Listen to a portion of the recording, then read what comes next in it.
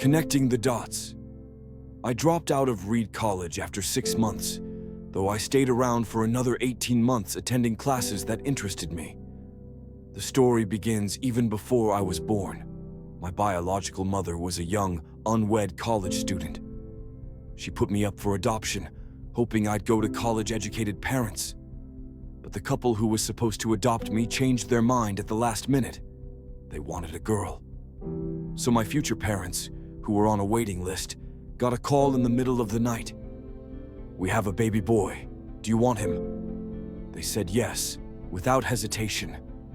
Later, my biological mother found out my adoptive parents weren't college graduates and almost refused to sign the papers. She only agreed when they promised I'd go to college someday. 17 years later, I did go to college, a school as expensive as Stanford. But after 6 months, I couldn't see the value. I didn't know what I wanted to do, and I was burning through my parents' life savings. So I dropped out, hoping it would all work out. It was scary, but looking back, it was one of the best decisions I ever made. I stopped taking required classes and started taking the ones I was truly curious about, like calligraphy. It seemed useless at the time, but 10 years later, it shaped the Macintosh, the first computer with beautiful fonts. You can't connect the dots looking forward, only backward. So you have to trust that the dots will connect in your future. You have to believe in something, your gut, karma, destiny, whatever. To love and loss, I was lucky. I found what I loved early in life.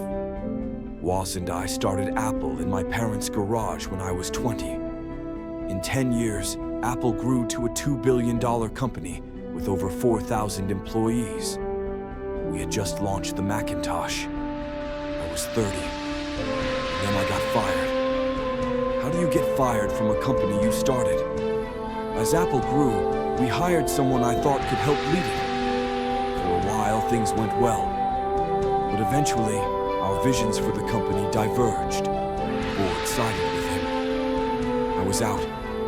It was a very public failure. I felt like I'd let down the previous generation of entrepreneurs. I even considered leaving Silicon Valley. But something slowly became clear. I still loved what I did. Getting fired was devastating, but it also freed me to start again. I entered one of the most creative periods of my life. Over the next 5 years, I started a company called Next, another called Pixar. I fell in love with the woman who would become my wife. Pixar made Toy Story, the world's first computer-animated feature film.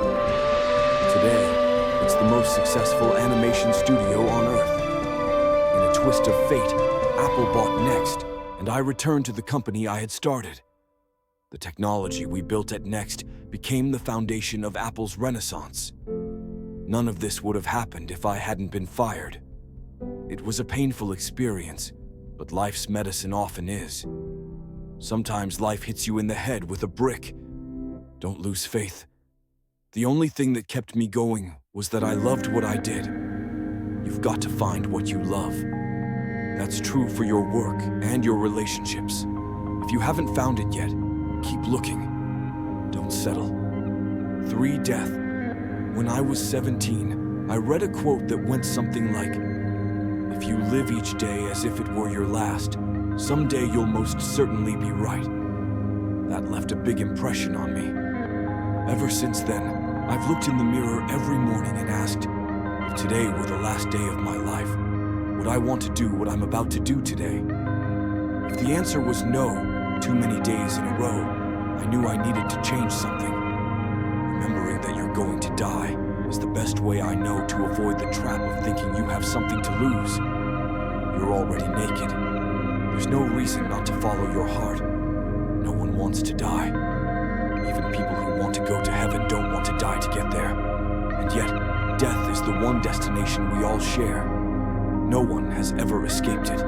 That's how it should be. Death clears out the old to make room for the new. Right now, you are the new. But someday, not too long from now, you will gradually become the old and be cleared away. Sorry to be so dramatic, but it's true. Your time is limited.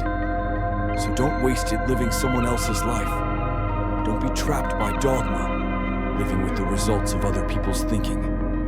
Don't let the noise of others' opinions drown out your own inner voice. And most importantly, have the courage to follow your heart and intuition. Somehow they already know what you truly want to become. Everything else is secondary.